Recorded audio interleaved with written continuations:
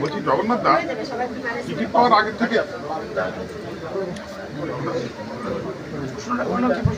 বলছি আপনাদের দলে যে গোষ্ঠী কোন্দল একটা গোষ্ঠী আছে যে আগের নির্বাচন আগে একটা নাম ভাসিয়ে দিয়েছিল, তারা কতটা আপনার হয়ে ইয়ে করবে বা পার্টিটাকে কি করবে, কিভাবে সামলাবেন? দেখুন, আমাদের দলে কোনো গোষ্ঠী কোন্দল নেই। যারা বিজেপি করে না, বিজেপির আদর্শ বোঝে না, বিজেপির সাংগঠনিক স্ট্রাকচার বোঝে না, তারা এরকম সমালোচনা করে যে আমাদের দলে গোষ্ঠী। আমাদের দলে গণতন্ত্র আছে। আমাদের এখানে চা বিক্রি করে প্রধানমন্ত্রী হতে চায় পারে। আমার মতো একজন কৃষক পরিবারের দরিদ্র সন্তান ভারতবর্ষের পার্লামেন্টেরিয়ান তৈরি হতে পারে। তাই এখানে সবাই সুযোগ নেওয়ার জন্য তারা চেষ্টা করবে। দল ঘোষণার আগ পর্যন্ত তারা লড়াই দেবে। এটা বন্ধুত্বপূর্ণ লড়াই।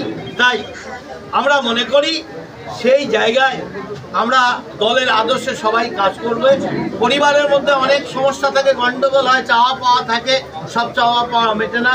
তাই আমরা মনে করি এই গণ্ডগোলটা কোনো গণ্ডগোলই না, দ্বন্দ্বও না, এটা আমাদের দলের গণতন্ত্র। যে দলে গণতন্ত্র নেই, পারিবারিক কোম্পানি, তারা এই কথা বলে, তারা অপপ্রচার করে।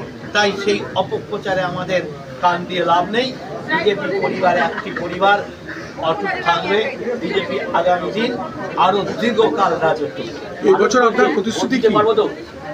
এটা একটা প্রশ্ন বাংলার ক্ষেত্রে। সত্যি যেভাবে আমরা দেখেছি পঞ্চায়েতে নির্বাচন সন্ত্রস্ত হয়েছিল, সেই আমরা 18 পঞ্চায়েত দেখার পর দেখেছিলাম 19-এর জনতা জবাব দিয়েছে।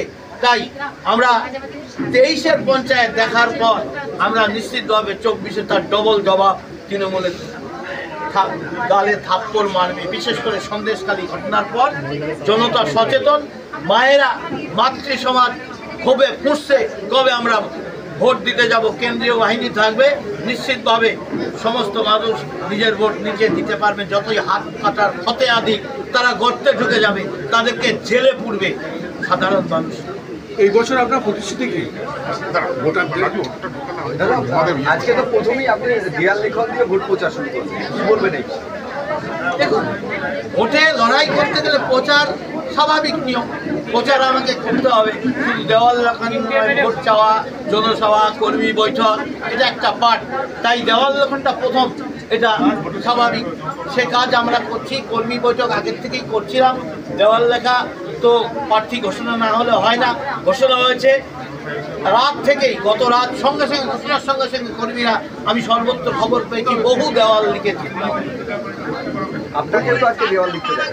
আমি স্বাভাবিক কর্মীদের উৎসাহ দেওয়ার জন্য, মোদিজি যেমন নিজের স্বচ্ছতা অভিযানের নামে, তাই আমি আমার সংসদীয় ক্ষেত্রে কর্মীদের উৎসাহ দেওয়ার জন্য দেওয়াল লিখন করব। বলছি এবারে প্রতিশ্রুতিটা কি? প্রতিশ্রুতি একটাই, আগে যেমন জনতার সঙ্গে ছিলাম, জনতার পাশে আছি, জনতার পাশে থাকবো। আর কেন্দ্র সরকার যেহেতু আমাদের আছে, এবারও হবে, আর আরও বেশি সাহায্য নিয়ে এমপি ল্যাডের টাকা শুধু নয়, সিএসআর ফান্ড থেকে, কেন্দ্রীয় মন্ত্রক থেকে যেগুলো সরাসরি কাজ করানো যায়, তার মাধ্যমে আমার সংসদীয় ক্ষেত্রের উন্নতি করব এবং সিএ যাতে তাড়াতাড়ি লাগু হয় তার ব্যবস্থা। কোন উন্নয়নকে সামনে রাখতে চাইছে?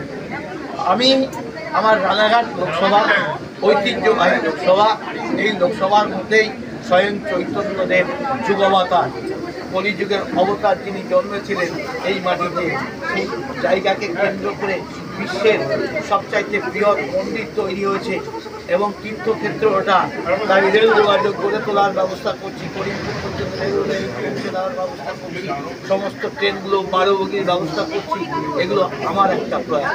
তাই এবং সেখানে আমি মোদিজিকে চিঠিও দিয়েছি, এইরকম ঐতিহ্যবাহী জায়গাকে কেন্দ্র করে যাতে সারা বিশ্বের সনাতনীদের একটা ক্যাপিটাল হতে পারে আমার রানাঘাট লোকসভা, আর তার চেষ্টা আমরা করছি এবং সেই লক্ষ্য পূরণের জন্য প্রয়াসী থাকবে।